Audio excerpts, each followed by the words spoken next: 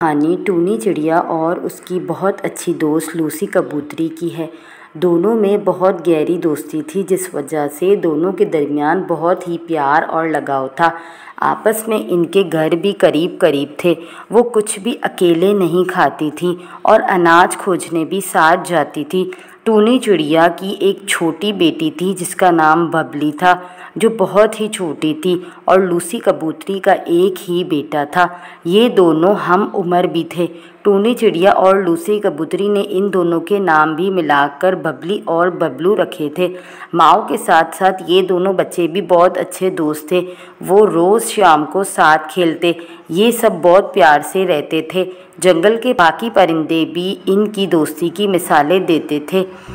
एक दिन लूसी कबूतरी ने अपने बेटे बबलू के लिए खिचड़ी पकाई और वो बबली के लिए भी लेकर आई थी।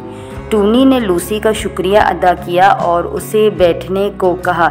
लूसी, नहीं टोनी बहन, मुझे बबलू को खिचड़ी खिलानी है। मैं अभी जा रही हूँ, फिर शाम में आऊँगी तो हम दोनों अनाज ढूंढने भी साथ चलेंगे। ये बोलकर लूसी जल्दी से चली जाती है। टूनी चिड़िया खिचड़ी खुद भी खाती है और बबली को भी खिलाती है। फिर शाम होती है। लूसी कबूतरी आती है और चलने को कहती है। हाँ हाँ चलो, मेरी बबली बेटी भी सो गई है, उसकी जागने से पहले हम वापस आ जाएंगे। अब दोनों दाना चुनने के लिए जाती हैं, यहाँ वहाँ उड़ती हैं। कुछ देर बाद लूसी कबूतरी को दाना मिल जाता है और टोनी को नहीं मिलता। टोनी, तुम ऐसा करो, मेरा दाना लो और घर चली जाओ। मैं अपने लिए दूसरा ढूंढ लूँगी, क्योंकि बबली जाग जाएगी। वो बहुत छोटी है, तुम्हें पास ना पाकर वो बहुत परेशान होगी। अरे नहीं नहीं लूसी बहन, मैं अपना दाना खोज लेती हूँ। मैं आपका दाना नहीं इस्तेमाल कर सकती। फिर टोनी काफ़ी देर दाना ढूंढती रही, लेकिन उसे कहीं ना मिला।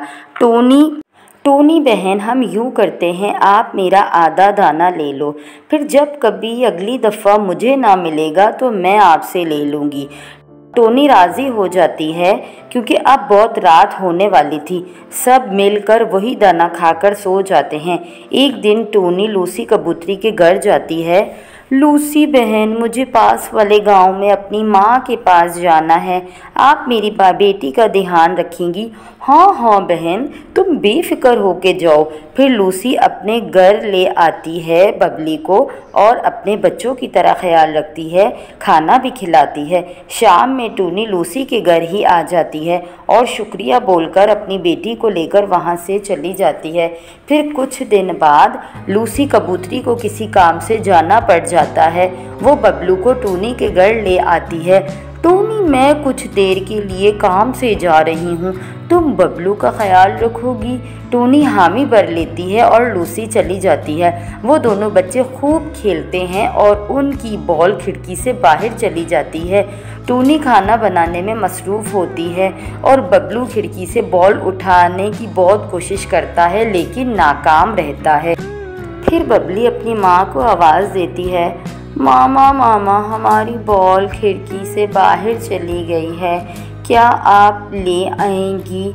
और वो बॉल लेने जाती है। दोनों बच्चे खिड़की से झांक रहे होते हैं तो बबलू का अचानक पाँव फिसल जाता है। वो छोटा था और ऊंचाई से गिरने की वजह से वो सख्त ज़ख्मी हो जाता है और उसकी वहीं मौत हो जाती है। टोनी उसकी तरफ आती है और बहुत रोने लगती है, और तभी लूसी भी वापस आ जाती है। वो देखती है कि उसका बच्चा अब इस दुनिया में नहीं रहा, बहुत रोती है और टोनी से कहती है।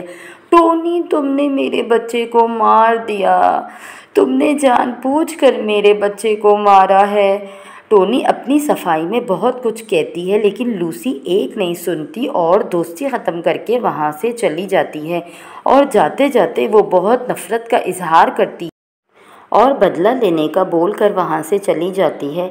फिर कुछ दिन के बाद लूसी के घर भी एक बेटी पैदा होती है, लेकिन फिर भी लूसी टोनी की बेटी को मारने का मौका देख रही थी। फिर वक्त गुजरता रहता है। टोनी की बेटी बबली अब इतनी बड़ी हो गई थी कि अपना दाना पानी खुद ही तलाश कर लेती थी। फिर वक्त गुजरता है और टोनी के घर एक टोमी चिड़ा पैदा होता है। लूसी कबूतरी अंदर ही अंदर बहुत ही जल रही होती है। ये टोनी क्या समझती है कि मेरा गुस्सा ठंडा हो गया है, लेकिन मैं भी देखना इसके बेटे टॉमी को मार कर ही अपने बेटे बबलू का बदला लूँगी। टोनी बहुत खुशी मना रही है, लेकिन मैं इसकी ये खुशी ज़्यादा देर तक टिकने नहीं दूँगी। एक दिन टोनी जंगल में लूसी कबूतरी को चील से बातें करते हुए सुन लेती है।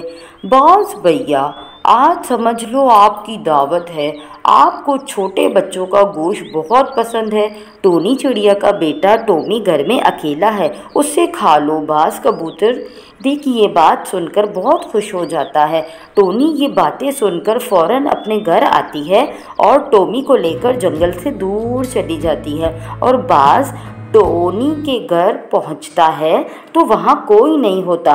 बाज को बहुत गुस्सा आता है और वो लूसी के पास आता है। तुमने मेरे साथ मजाक किया है, अंदर तो कोई बच्चा नहीं है। और तभी बाज की नज़र लूसी की बेटी पर पड़ती है।